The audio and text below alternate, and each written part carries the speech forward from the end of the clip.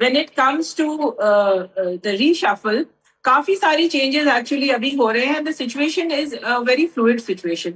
और ये मैंने देखा है कि रीशफल से पहले जब भी ये बात उठती है कि रीशफल होने वाली है, तो सिचुएशन काफी फ्लूइड होती है और बहुत सारी एलाइज हों, स्मॉलर पार्टीज हों, या पार्टी के जो अंदर के लोग हैं, सब हर कोई लॉबिंग करनी शुरू कर देते हैं. तो इस वक्त जो बड़ी इंटरेस्टिंग जो बात चल रही है, जिसकी वजह से मुझे लग रहा है कि द रीशफल जो है वो थोड़ा सा पोस्टपोन हो सकता है. उसका 2-3 काफी इंटरेस्टिंग रीजंस हैं. एक तो ये है कि जो डीएमके है, डीएमके के साथ काफी बात चल रही है कि शायद डीएमके के जो 22 एमपीज हैं वो या तो एनडीए में शामिल हो जाएं, और डीएमके की तरफ से बात चल रही है कि वो आउटसाइड सपोर्ट देना चाहते हैं. तो ये जो 22 एमपीज के ऊपर सारी बात टिकी हुई है. बीजेपी चाहती है कि ये जो 22 एमपीज हैं ये एनडीए के फोल्ड में आ जाए, यानी कि इंटरनल सपोर्ट हो जाए, और इनको फिर कौन कौन सी कैबिनेट बर्थ देनी होंगी, ये इसके ऊपर बात होगी. बिकॉज रिमेंबर, हम 22 लोकसभा और शायद 8 राज्यसभा एमपीज की हम बात कर रहे हैं. सिमिलरली अगर ऐसे देखा जाए, और अभी हाँ, एक और बड़ी इंटरेस्टिंग जो बात चल रही है वो है कि जो स्मॉलर पार्टीज हैं, जो 1-1 एमपीज की जो पार्टीज हैं, उनको भी लेके ये बात चल रही है कि कोशिश ये चल रही है कि वो एक्चुअली बीजेपी में शामिल हो जाए, not in the NDA but in the BJP. इसलिए मुझे लग रहा है कि जो काफी सारी अंडर द सरफेस काफी सारे चेंजेस हो रहे हैं, या काफी सारी बातचीत चल रही है. जैसे कि टीएमसी का आप देखेंगे, टीएमसी का लीगल स्टेटस अभी क्लियर नहीं है, और टीएमसी में आज उनके एक डेलीगेशन गया था इलेक्शन कमीशन मिलने. I guess they are looking for clarity कि उनकी क्या पोजीशन है, क्योंकि उसके बाद ही उन्हें मंत्रिमंडल में लिया जा सकता है. काकोली घोष दस्तीदार हो या शाइनी घोष हो, they would all like to be a part of the cabinet. तो एक तरफ तो इनकी खींचातानी चल रही है, और दूसरी तरफ ऑफ कोर्स हमारे नीतीश कुमार जी भी हैं. नीतीश कुमार ने जो अपना चीफ मिनिस्टरशिप बड़े आराम से ऑन अ प्लेटर बीजेपी को दे दिया था. अब सवाल ये है कि वो उन्हें कोई क्या पद मिलेगा. हालांकि मैंने अपने उसमें आपने जैसे सवाल पूछा कि मैं किस किस बातों पे टिकी हुई हूँ, Nitish Kumar is definitely one of those people who is going to be inducted into the cabinet. और इसमें इसलिए लगता है कि Nitish is one of the tallest MPC leaders in India, and he is a Kurmi. और कुर्मियों का, अगर बिहार छोड़ दीजिए for a minute, just look at UP में अगले साल इलेक्शंस हैं और कम से कम 7 से 8% कुर्मियों का वोट है. और नॉट जस्ट दैट, आज एक बड़ा ट्वीट किसी एक जेडीयू के एक नेता ने किया था कि नीतीश कुमार को डेप्यूटी प्राइम मिनिस्टर बनाना चाहिए. तो ये एसेंशियली एक पॉस्चरिंग चल रही है कि किसको क्या मिलना चाहिए. नीतीश चाहते हैं कि वो डेप्यूटी प्राइम मिनिस्टर बने, एटलीस्ट कम से कम उनकी पार्टी के कोई लोग हैं. इस तरफ इधर चल रहा है कि अमित शाह की तरीके काफी सारे लोग हैं जो कहते हैं कि अमित शाह को डेप्यूटी प्राइम मिनिस्टर बनाना चाहिए. तो इन सब बातों को लेके काफी सारी खींचातानी जिसे कहती है वो चल रही है. जब मैंने ट्वीट किया तो इस बात को उठाया कि नीतीश कुमार बीमार हैं, उनकी तबीयत ठीक नहीं है, उन्हें कोई मंत्रालय कैसे दिया जा सकता है. तो मुझे लगता है कि नीतीश ना सिर्फ मंत्रालय संभाल पाएंगे, बट उनको एक्चुअली मंत्रालय संभालने की जरूरत नहीं है. मंत्रालय तो कोई और चलाएगा. नीतीश की अभी एक पोजीशन बना के वो रखना चाहते हैं कि he will be may be a deputy prime minister. Nitish भी एक तरह से पॉस्चरिंग कर रहे हैं.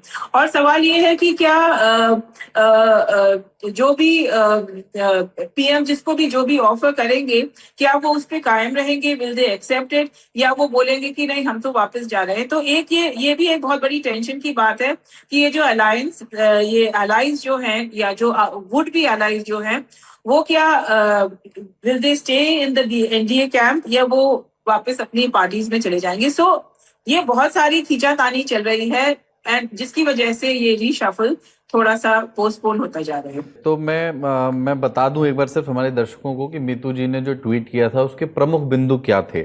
मुझे लगा था कि आप बातचीत में उनका जिक्र करेंगी. मैं उसमें 2-3 मैं आपको बता दूं which I am very clear.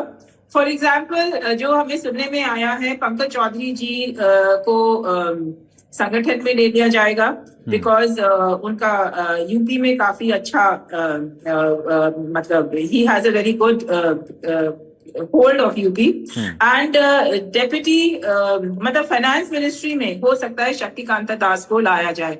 तो शक्तिकांता दास एक फाइनेंस के आदमी हैं और उनका एक अच्छी उनकी वहां पे उसकी पोजीशन बन सकती है। Other person I told you is Nitish Kumar, और उसमें जैसे जैसे आप बताएंगे कि I'll tell you कि फॉर एग्जाम्पल अगर देखा जाए तो धर्मेंद्र प्रधान का ऑफकोर्स प्राइम मिनिस्टर ने कभी भी ऐसा नहीं होता कि किसी से जैसे नाराज हैं तो उनको ड्रॉप कर दे बिकॉज कैबिनेट से, because that is always an admission of guilt. But Dharmendra Pradhan की जहां तक बात है, धर्मेंद्र प्रधान को जो हमें सुनने में आया है कम से कम 2 महीने से एक पीएम के साथ एक अपॉइंटमेंट भी नहीं मिला है। He is been asking for an appointment, उनको अपॉइंटमेंट नहीं मिल रहा है। धर्मेंद्र प्रधान की पोजीशन बहुत अच्छी नहीं है। भारतीय जनता पार्टी के अध्यक्ष बने। एक चीज फिर मैं कहूंगा, दूसरा कि उन्होंने कहा कि नीतीश कुमार है, अगर उन्होंने इस्तीफा दिया है बिहार के मुख्यमंत्री के पद से तो वो अलायंस के लिए नहीं दिया। ठीक, भारतीय जनता पार्टी सेकंड बार जेडीयू से ज्यादा सीटें लेकर आई थी। 2020 में भारतीय जनता पार्टी जो है 73 सीटें जीती थी और जेडीयू जो है वो 42 सीटें जीती थी। तभी नीतीश कुमार को मुख्यमंत्री बनाया था कि घोषणा करके गए थे।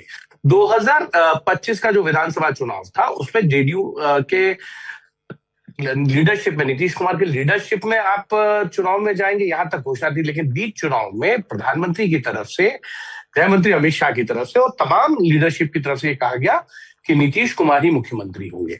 नीतीश कुमार का जो इस्तीफा हुआ है वो उनके स्वास्थ्य कारण, जिस तरीके के कई विजुअल्स, कई वीडियोस हमने देखे हैं या कई ऐसे शब्दावली का प्रयोग उन्होंने किया जहां जो है बिहार के लोगों को एम्बेरस कि ये इस तरीके से क्या गया, उनकी तबीयत खराब है, तो कोई दो राय नहीं है।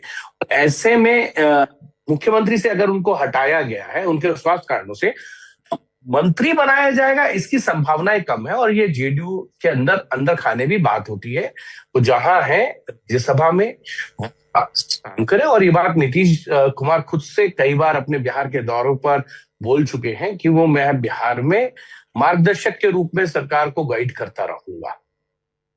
तीसरा कि डीएमके को भारतीय जनता पार्टी ये नहीं चाहेगी कि वो एनडीए में आए और ना डीएमके ये चाहेगा, क्योंकि जो डीएमके के पास नंबर्स हैं वो पहले से बहुत कम हुए।